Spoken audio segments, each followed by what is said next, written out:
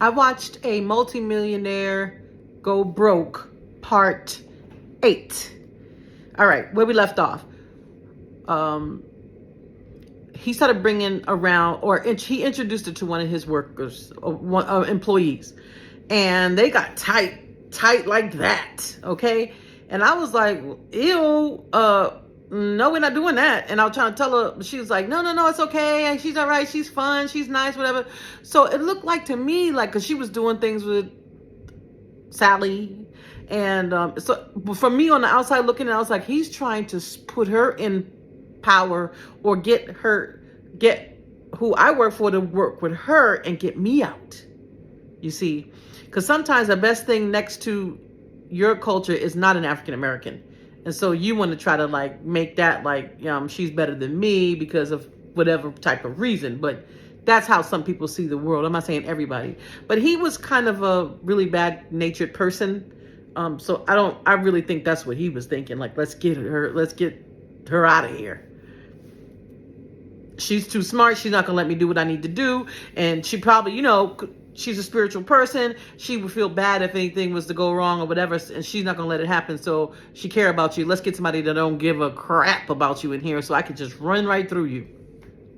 So while he was getting her to be familiar with her, my friend, sister, person I work for started like getting ghost on me. And I'd be like, where are you? And she'd be like, oh, I'm in Buckhead at so-and-so, the lady house, for days. It's like, what is she doing over there? We're like, we gotta work. Okay, we'll do it, but you go ahead to the house, and we can work from there. I'll call you, we'll work over the phone. She sounded groggy a lot, not like herself a lot. And I said, you know what? I'm done with this. I called her. I said, where are you? At this point, I said, where are you? You cannot stay there. You need to go home. Because he was out of town. See, he would conveniently go out of town, too. I swear this was like Lifetime movie. But I was the friend. You know the Lifetime movie when the friend be like, no. And then they dig up this information and then they be like, I didn't want that to happen to me either. Because I'm starting to think like, wait a minute. This is above my pay grade. And it's above my ability. I'm not a private investigator. I'm not a law enforcement or anything like that. What I need to make sure I'm okay at this point. But I didn't want to just leave her out there. So I said, where you at? She kept saying, oh, where are you? So she finally told me where she was. So I said, get your stuff. I'm coming to get you right now. Oh, but the other lady, I don't even remember her name. I do, but I can't say it. She's not here right now. I don't care. Leave her key under the mat or whatever. You got to go. So I went over there and got her. Yes, I did. Took her home. You're not going nowhere with them anymore, with her anymore. Okay? And she was woozy when I got her. Now, y'all know what that sounds like. Woozy. Prescriptions. Okay? Terrible. My heart broke. So she came home. She's with me. Dude came back in town. Came back to her crib. Their crib or whatever. And her head was foggy at this time. And he was like, she would come to me and tell me, she's like, yeah, so he wants me to invest in his company, the transportation company, a certain amount of money. At this time, she probably was like, I was paying her bills and large lump sums of money were being transferred to him behind my back, but I would go in and see it. So she probably was about to like 40 million at this time. Around 40 million. I know y'all like 40 million, that's a lot of money. No, he was getting it when he was getting it, okay? And I was like, what's going on? And so she came to me, she's like, he want to borrow this money to buy more cars, more transportation cars, those service cars, you've seen them, but now it would be like, and he had Escalades and stuff like that then, the big blacks and stuff. So he was like, it was like Uber before there was Uber, I guess. Or was there Uber then? I don't know if it was Uber then, but this was like an Uber service. Okay, and he wanted to add on, he wanted to repair some of the cars that he had and do the maintenance on those and add on, but he didn't want to spend his money because, see, people in business, they don't spend their money, they spend other people's money. Okay? And so he was wanting to spend her money, and he was spending her money.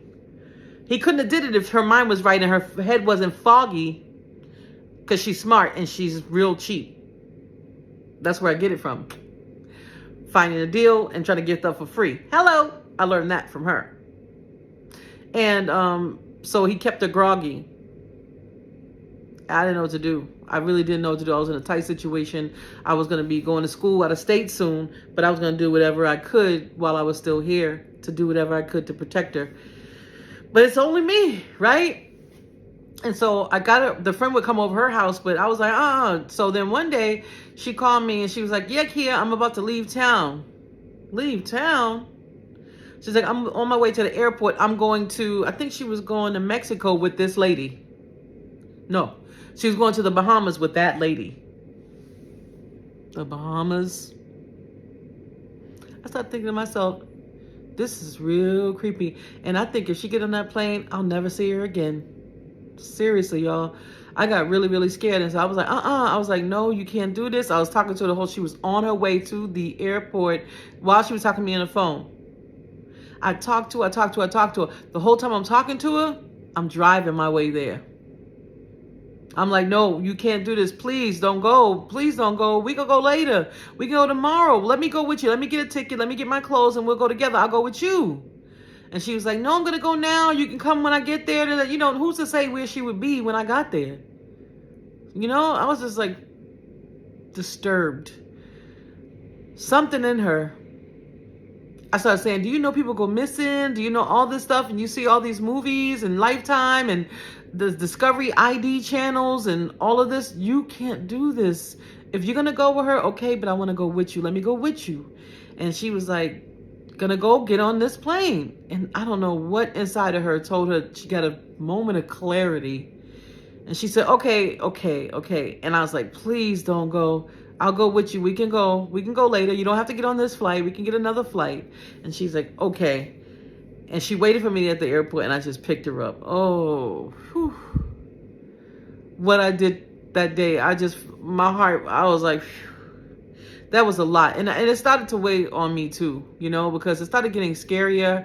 And I didn't want to be the friend on Lifetime that finds out the information and then you don't see her no more.